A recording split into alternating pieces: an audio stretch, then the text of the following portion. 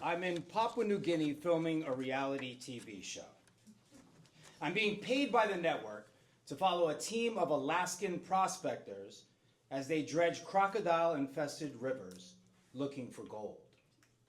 We're contracted for 12 weeks, and we're now in week 6. Nary a croc nor a speck of gold. I'm in trouble. I go to the owner of the production company. Great guy. Great dude. Cool as fuck. Not Hollywood at all. He's more like the fun frat guy who always has cheap beer and Coke. It's my job to tell him we're drowning. We can survive without the gold. I've already got the PAs spraying hella rocks. I'm getting ready to fake the biggest gold chunks you've ever seen. But crocodiles? Animatronic crocs are a little more than I can manage or afford. I'm in Papua New Guinea. Unless I want crocs made out of wood and fishing line, I'm shit out of luck. Plus, this is for a wildlife network. That's all I can say about that. My agent loves his commission. Anyway, I can hide the fake gold rocks. Fake crocs, not so much. So I tell my fat frat boss, I need crocs, man. We're fucked for real otherwise. This dude doesn't miss a beat. He says, I'll be back, Richie. Hang tight. Keep dredging and filming. And off he goes. To where? I have no idea. The autonomous region of Bougainville. That's where we were. This remote as fuck place is famous and known for copper mining, pristine brain coral reefs, and cannibalism. The locals call this delicacy long pig. I'm told in the jungle there are tribes that capture their enemies, spit roast them, and eat them. Everyone walks around carrying machetes, even the 3-year-olds. Most of them have machete scars on their arms from beef over like a local soccer match. Not the 3-year-olds. The local drink of choice is called homebrew. It's moonshine made from coconuts and bananas. We weren't supposed to drink it. If it's made wrong, it can poison you. The whole crew drank that shit. It hits like absinthe, hallucinations, rage, kind of like 3-year-olds. If you're gonna be a long pig, sobriety feels optional. They all choose something called betel nut. It turns their mouth deep red like vampires after feeding. Between the homebrew eyes, vampire mouths, and machetes everywhere, this is one of the scariest places on earth. I was built for this. Yeah, no. But hey, I'm getting paid to look for gold in them there not-so-croc-infested rivers, and by golly, I'm gonna make this TV show for America's pleasure, damn it. Even if I gotta risk becoming a long pig to do it. I'm dedicated to this reality TV job. It's important shit. We gotta entertain all the wonderful Americans between the McDonald's commercials, okay? Just to be clear, there are crocs everywhere. These rivers kill people all the time. They just don't stick around when they hear loud-ass boats coming. They're murderous and understandably camera shy. Most murderers are. Subplot. I'm also shitting blood from a stomach virus called Giardia. I haven't told anyone. A few weeks later, when I finally told the medic, he quit. Smartest fucker on the island. People think producing television is glamorous. It isn't. But I grew up poor, in the projects, in New York City, in the 80s. I was also a Jehovah's Witness. I also sold lots of drugs. Chaos is my comfort zone. Papua New Guinea was an upgrade. I've done a lot of TV shows. I'm a co-executive producer. Nobody knows or gives a fuck who I am. I wanted it to matter so badly, I was willing to die making shitty reality TV. That was the problem. Just call me Indiana Jose. The first day out on the river, I'm sitting in a small motorboat with my assistant camera behind me. I hear a splash. I see him falling backwards into the water. I fucking panic. A croc's got this motherfucker. I look over the side of the boat, but I don't jump in. Fuck that. I just met this dude like 2 days ago. I'm freaking out. I'm waiting for a pool of blood. He surfaces. He's fine. He just slipped off the back.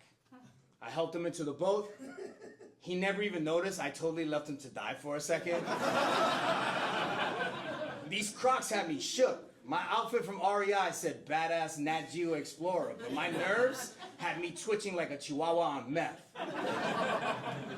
I'm trying my hardest to give Steve Irwin, but I'm more Steve Urkel in a life lesson. At least no one noticed. My AC actually thought I was willing to jump in for him. We bonded. So, now I'm on the beach and I'm filming the team making a plan to search for non-existent gold when I see a huge posse of locals led by a white dude I don't recognize. It's my boss. But dude looks like he's lost 50 pounds. He would tell me later the food was making him sick, and I could relate with my Giardia ass. So he went on a pineapple diet. That shit worked too, man. He looked like a completely different person. The locals, they have this huge brown tarp, and they're struggling with carrying whatever's in it. They arrive, and I see the craziest shit I have ever witnessed. My guy has managed to capture a 1,500-pound crocodile and is delivering it to me. This thing is fucking Godzilla. What the fuck am I supposed to do with this? To top it off, I see some stragglers with wheelbarrows behind the main group. My boss has 4 crocodiles in tow, ranging from 120 pounds to the monster in front of me. He's all smiles, and he says, "Here you go, Richie. Let's make some TV." It takes everything I've got to not pop like a ketchup packet in my pants. This was so crazy, I actually forgot about my bloody guts for a second. Who the fuck does he think I am, Puerto Rican Crocodile Dundee? But hey, I'm a big-time reality TV producer, right? So I got this. Let's fucking go. Now, it's my job to figure out how to turn these crocs into reality TV talent. For ease, we decide to name them. The 1,500-pounder would be called Monster. Then there was Wheelbarrow 1 and Wheelbarrow 2. Lastly, there was Josephine. She was a pet the locals had captured and kept in their village. She was like the star next to Monster. Because she was a pet, she was very tame, and we used her a lot. If you're paying close attention, while watching the show, you can spot her all over the place, playing what are supposed to be different crocs in different places. She was obviously very talented. The diva was Monster. He was huge, angry, hissing, and trying to kill us all. This fucking guy. It would take 20 locals to move a trussed and tied Monster into place. Then they would have to cut his bindings and run to safety while I tried to get the shot without this fucker escaping. We had a leash tied around his hindquarters and all 20 guys holding the line. It was barely enough. He almost got away every single time. The crew is on edge, and my screaming Puerto Rican mouth ain't helping, but somehow we're getting the shots. It's killing me, and I'm convinced everyone is plotting to long pig me, but it's all happening, and I can see the finish line. The last shot is up with this demon reptile, and I'm exhausted, which is funny because I'm not the one holding the rope like my crew is. Must have been all the blood leaking out of my ass. Monster must have had it. He decided to go full death roll. The rope starts pulling the crew right towards him. And the water. I'm screaming, "Let go of the rope!" But these guys are committed. Monster is edging towards the waterline and almost free when he just stopped. He ran out of energy or will. Either way, the boys managed to get him trussed again, and we finished the scene. We did it. I was gonna win a fucking Emmy for this shit. I mean, thespian crocodiles? Come on. I yell cut.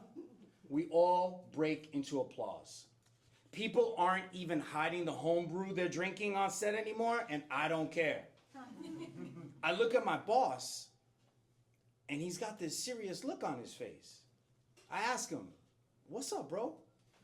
He says, "I didn't want to tell you, Richie, but Monster is a man-eater. That's why they captured him. He's been stalking a local waterhole, and he ate a few kids nearby." He didn't want to tell me earlier because he didn't want to freak me out. He'd made a deal with the locals. He'd pay them to let us use him, but afterwards, they were going to euthanize him. I look at that evil bastard, and I don't know why, but I feel sorry for him. He was just being who the fuck he was, and now he was going to die for it. I could oddly relate. I know that's weird, but that shit sounded like me. Too many times. For a second, I felt more like that croc than the crew tying him down. We're at the after party and we're trashed. My boss comes up to me and he gives me a huge bear hug like only he can. He hands me this massive crocodile tooth. He looks at me and says, "You're the monster, motherfucker. Great job." Yeah, I'm the monster. I'm back home. I gotta tell you, wearing Crocs is a lot easier than wrangling them. My stomach is still all fucked up, still shitting blood once in a while. That lasted more than a year. The premiere is tonight. I've bragged about it to everyone. I'm proud, man. I'm a fucking world-traveling, crocodile-wrangling TV producer. Top of the world, ma.